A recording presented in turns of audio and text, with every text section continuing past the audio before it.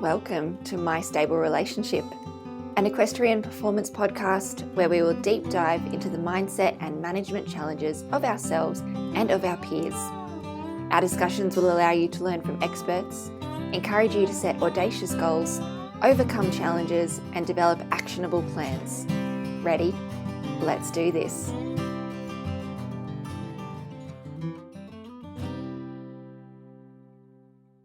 Hi everyone, and welcome back to My Stable Relationship. A bit of an announcement first. I have started recording with some incredible podcast guests, and there are some fabulous mindset topics being organized and being recorded at the moment. So I'm really excited for the next couple of weeks.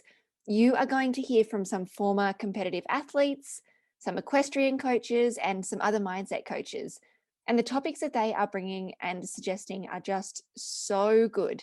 And they are going to give you so much to support you, not just in your equestrian pursuits, but in life more broadly. So please keep your ears and eyes open on the podcast. Make sure you subscribe on whichever platform you're currently listening to so that you don't miss any of those amazing future episodes. And for this week's learning, I was reflecting on something that happened to me at work, and I wanted to tell you about how it's relevant across my life and in my horse training as well. It's a really good example that our mindset topics, while they arise in a certain situation, they are so applicable to all the other things that we are doing in our life.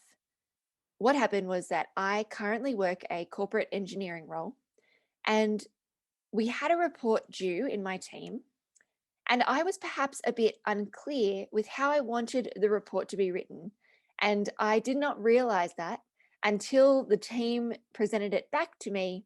And we realized that there was some confusion between what I wanted and the people who needed to contribute to it. And yes, we were able to resolve the confusion, but it was right at the last minute when probably we should have been having those discussions from the beginning when we started writing the report. And I was thinking about this, and this a little bit happens with horses as well. They will sometimes tell us when we are unclear, but why do they have to tell us? Why can't we check ourselves ahead of that happening? So I was on the lunge this morning with Joe, and I realized that my keep going cue was like 5 different versions of the word good, depending on how excited I was about his bend or his self-carriage or his stretch. What I mean is I would say good or good boy. All 3 of those are different cues, right? And yes, Joe is very smart and he understands many different words. But how are they then able to associate what I want with my different versions of keep going and good? How will he know how to respond? And while it may not seem like a big deal, I am going to go back to the drawing board and test where I am a bit unclear with my horses and test where I am unclear with my team at work. And it's just this great little reminder that little pieces of communication matter. Perhaps they are unconscious rather than conscious for us, but they do directly impact those who interact with us. Remember, we all interpret circumstances differently based on our thoughts and our feelings. And yes, we've been over that a few times, but how we interpret the circumstance is biased by our belief systems or our worldviews, which means that how you've said something isn't always how someone else interprets it. And it's always worth a check if there is a deadline or a specific outcome required. And it's always worth a check or a go back in your horse training to make sure that you and your horse are as clear in the partnership as you would like to be. So again, just showing you that lessons are so relevant both in our horse lives and outside of. And with that, let's chat about our topic today. And I just want to let you know if you can hear snoring in the background, it's my 14-year-old Labrador, and I just don't have the heart to move him away from his bed at the moment. So I hope that you'll be able to ignore it. Today, I want to share with you how you can start to ask yourself better questions. But what do I mean by better questions? And bear in mind, this topic could be used for communicating with others, or communicating with your horse, or communicating with yourself. But mostly today, I want to talk about communicating with yourself because you'll be able to take that and apply it with others or with your horse. So, what I mean by asking yourself better questions is that you need to be more aware of how the question you ask yourself impacts the thought or feeling that you have, and therefore impacts your action or your result. So, what happens in this case is that the initial question itself is limiting, and that's the point that we hold ourselves back. And I just want to give you an example straight away so that you can see what I mean. You've all heard about Rio before on this podcast. Rio was my ex-racehorse turned eventer and show jumper, and he had a horrific injury in the paddock where he severely injured his collateral ligament. And I was told by the vet there was a 20 or 30% chance that he would ever be sat on again, let alone in any sort of competitive or training work. But I tell myself every day that Rio can reach Grand Prix dressage. Why? Because it keeps me on track and training rather than giving up. The question I ask myself is not, can Rio ride a Grand Prix test? The question I ask myself is, how soon could Rio ride a Grand Prix test? See the difference there? If I asked myself if he could make it to Grand Prix, or if I can make it to Grand Prix on Rio, I might as well give up now. But see how my question actually steers my thoughts and my feelings, which impact my actions and my results. How soon could I ride a Grand Prix test means that I stay on track with my training. I'm committed. I'm out there every day with him. And yes, while my 16-year-old off the track thoroughbred, ex-racehorse eventer show jumper with significant injury may never actually reach Grand Prix, this inspires me to keep going with the journey rather than be worried about the result. And in this case, that means that I'm not limiting myself with the question I'm asking myself. Another example is, do I have to clean stables today? And trust me, this is one I have to go over all the time because I have 4 stables on my property and I have no stable hand or groom. I do all of it myself every day. So, do I have to clean stables today? Is not very empowering. Versus, what if the question I asked myself was, I get to clean stables today. How lucky am I? And to be honest, I can't really get there in my mind, and I don't believe that. Although young Lauren would have been stoked to have stables and horses. So young Lauren would have believed that. But these days, the question I have to ask myself is, what time do I need to clean stables today? And that, to me, means that I need to get on track and make a plan and choose a time that I'm going to clean stables. And it doesn't leave my brain any room to think about whether or not there's an option to clean stables or to feel sad about cleaning stables or procrastinate cleaning stables. What time do I need to clean stables today versus, do I really have to clean stables today? See how the questions really limit our thoughts and our feelings that we then go on to take action and have results from. It's pretty amazing. So there are some other reasons why we need to ask ourselves better questions. And number one, we've just talked about, which was in order to support or steer our thoughts, feelings, actions, and results. The second is it's a really great way to uncover your core beliefs or what's triggering you, what's holding you back, what are you escaping or hiding from. The third is it's a really great way of breaking through your negative thought patterns, if there are any, whether or not they're conscious or unconscious. It's also a great way to increase our own self-awareness, to be able to self-coach independently with autonomy over your thoughts and feelings. And it's a really great way to reflect on if the questions that you're asking yourself are helping you to reach your goals. And often this is something that we don't actually know or we're not conscious of. Are the questions you're asking yourself helping you reach your goals? And I want to talk to you a little bit about the trap of an open versus a closed-ended question. So often when people talk about asking better questions, they kind of cap it at the conversation of open versus closed-ended questions. And where people normally get to is that open questions are good and closed-ended questions are bad. So just in case you're not quite sure what I'm talking about, a closed-ended question is one where you would answer with a single word. So a yes or a no, or a one-word answer. And it's kind of like there's no scope for further conversation.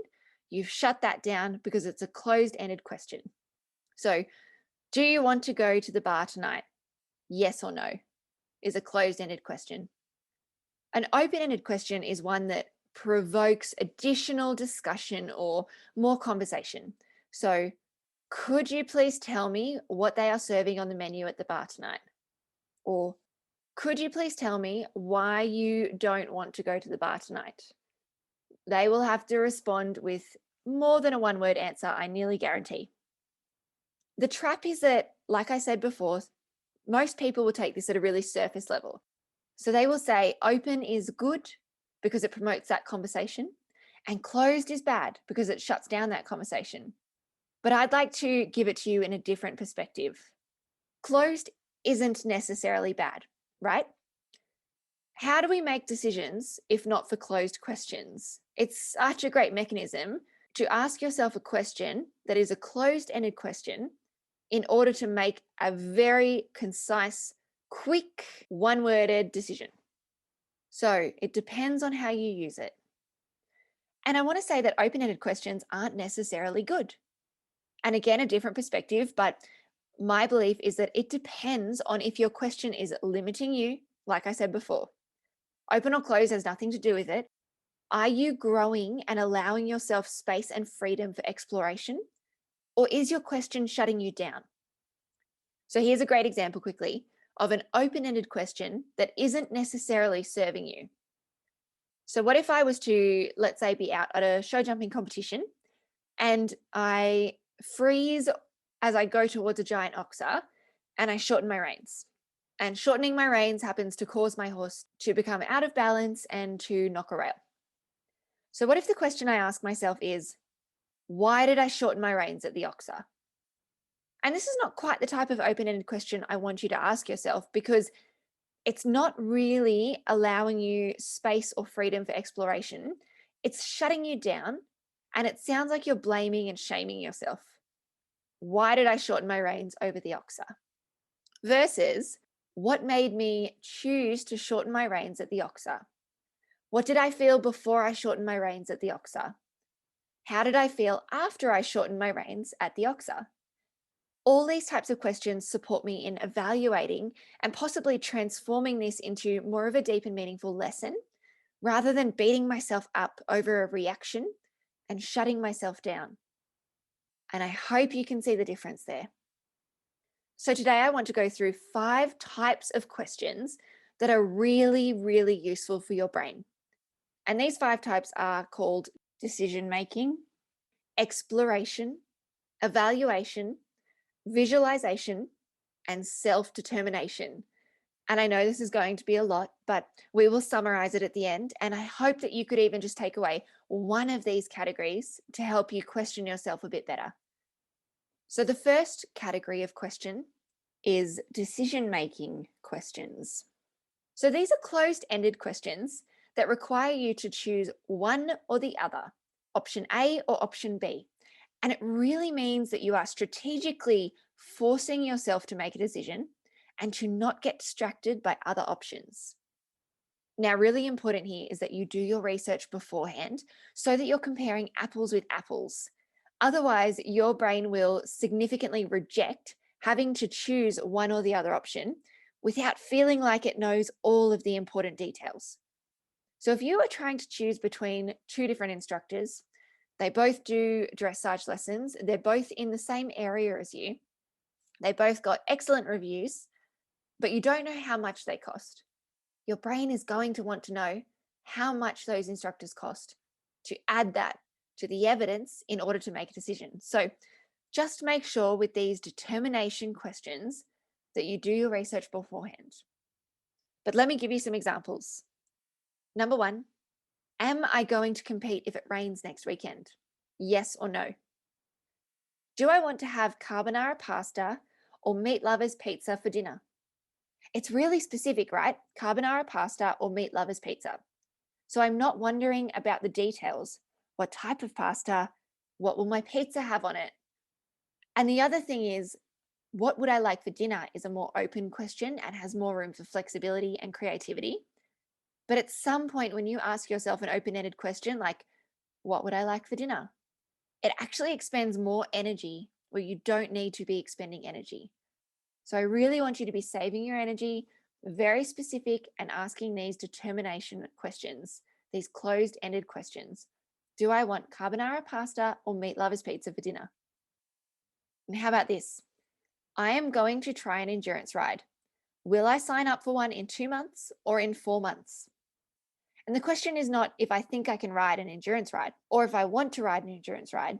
It's basically me telling my brain that I've already decided we're going to do an endurance ride. And the only decision left is the small one of, will I commit to it in 2 months or 4 months? So those are determination questions. The second type of question is exploration questions. And these are open-ended questions that require more than a yes or no response, more than a single word response. And we really need to make sure that they have like a curious or a growth mindset spin on them. And I'm really hesitant to say make them positive or give them a positive spin, because I don't want you to default into toxic positivity and think that I mean you need to make every question something that elicits a positive response. But I just want you to be curious in asking the question. I also want you to be aware with these ones of steering or hiding answers in the question that you present yourself. So, for example, let's say I went to Bob's clinic and I asked myself, what did I enjoy about Bob's clinic? Now, that is leading me down a path of having to respond about why it was indeed an enjoyable experience. But perhaps if I ask myself, how did I find Bob's clinic? As a starting point, I might draw out some more in-depth or reflective answers than just trying to find the reasons why I enjoyed it. So it allows for a little bit more exploration if you are just careful that you don't steer or you don't hide answers within your questions. Let's give an example of an exploration question. So let's say that the circumstance is that your horse caught his rug on the fence and ripped it to shreds. A question like, what allowed this to happen, brings up negatives and positives, right? Perhaps my response could be, well, the wire was broken, or his feed bowl was too close to the fence.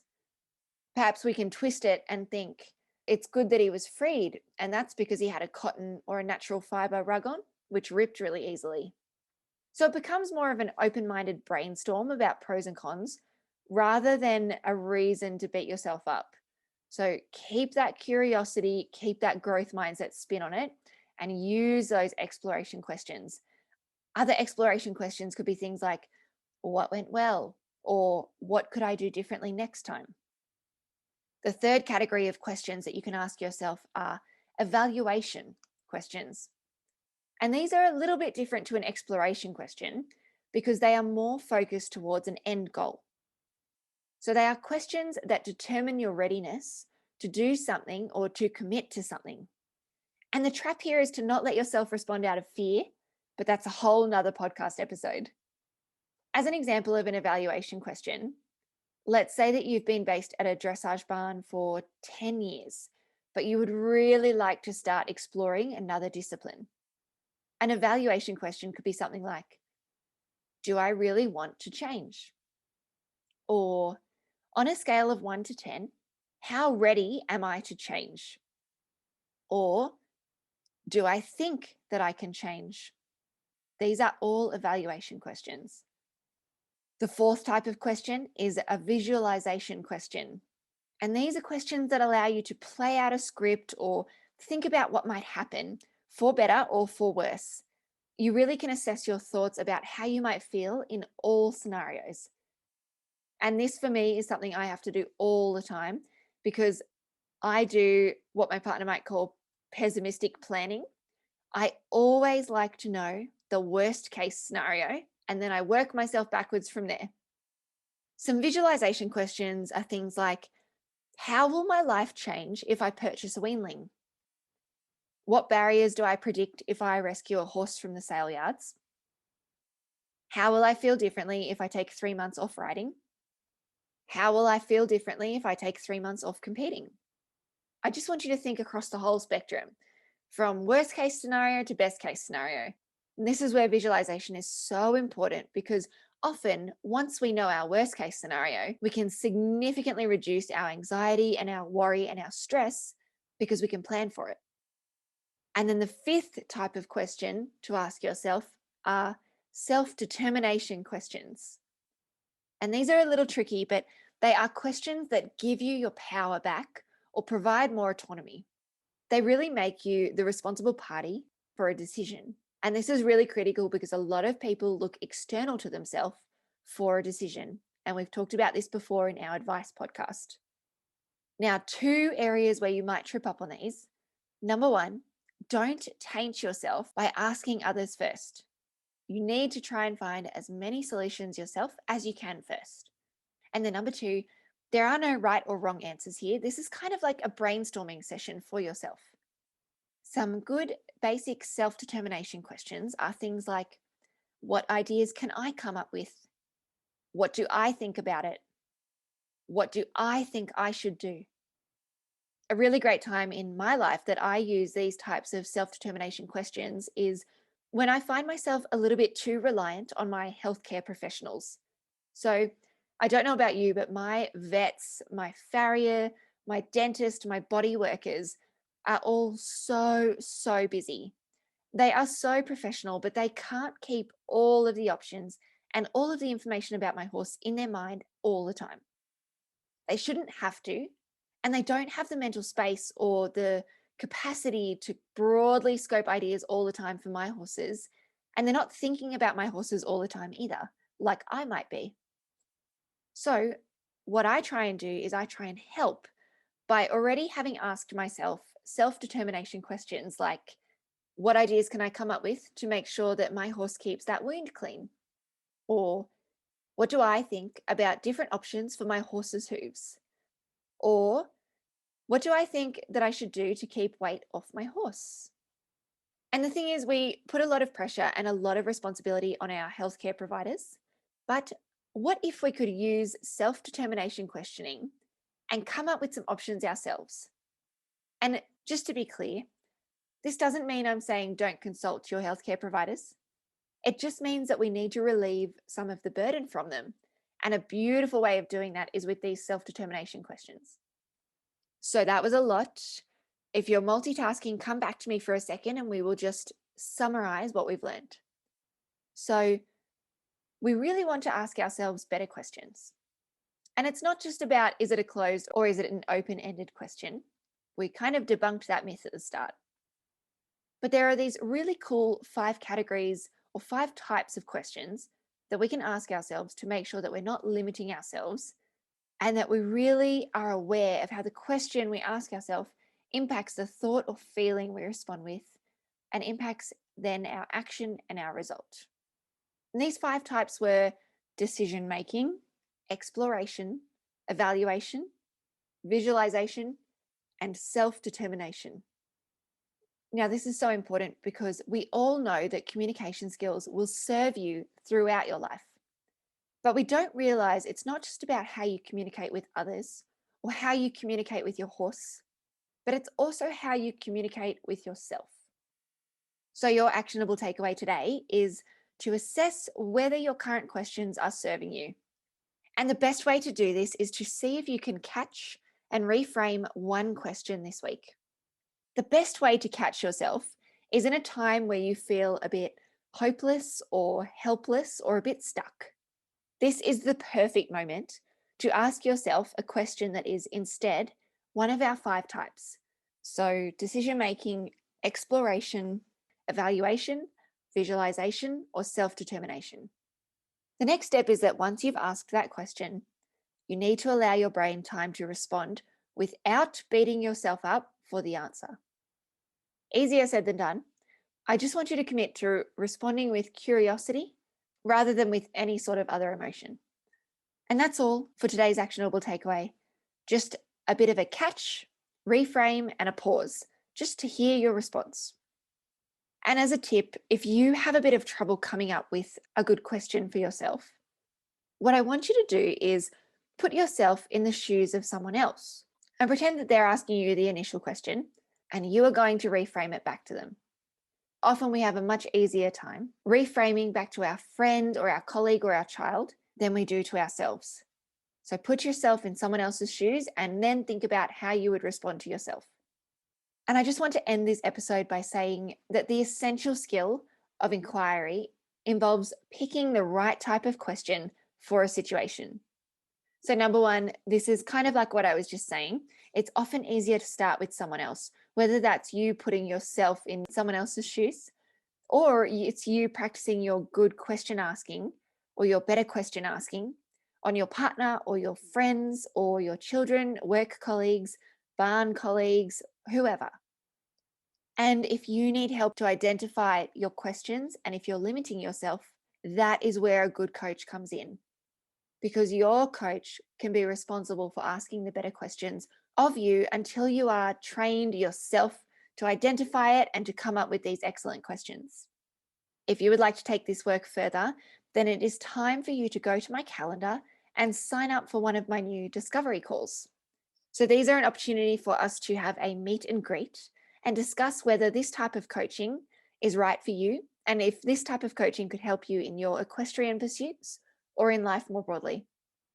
You can book directly into my calendar. The link is in the show notes. It is Calendly, calendly.com/journey of equine, or you can message me through my website contact form or social media at Journey of Equine, and I will send you the link.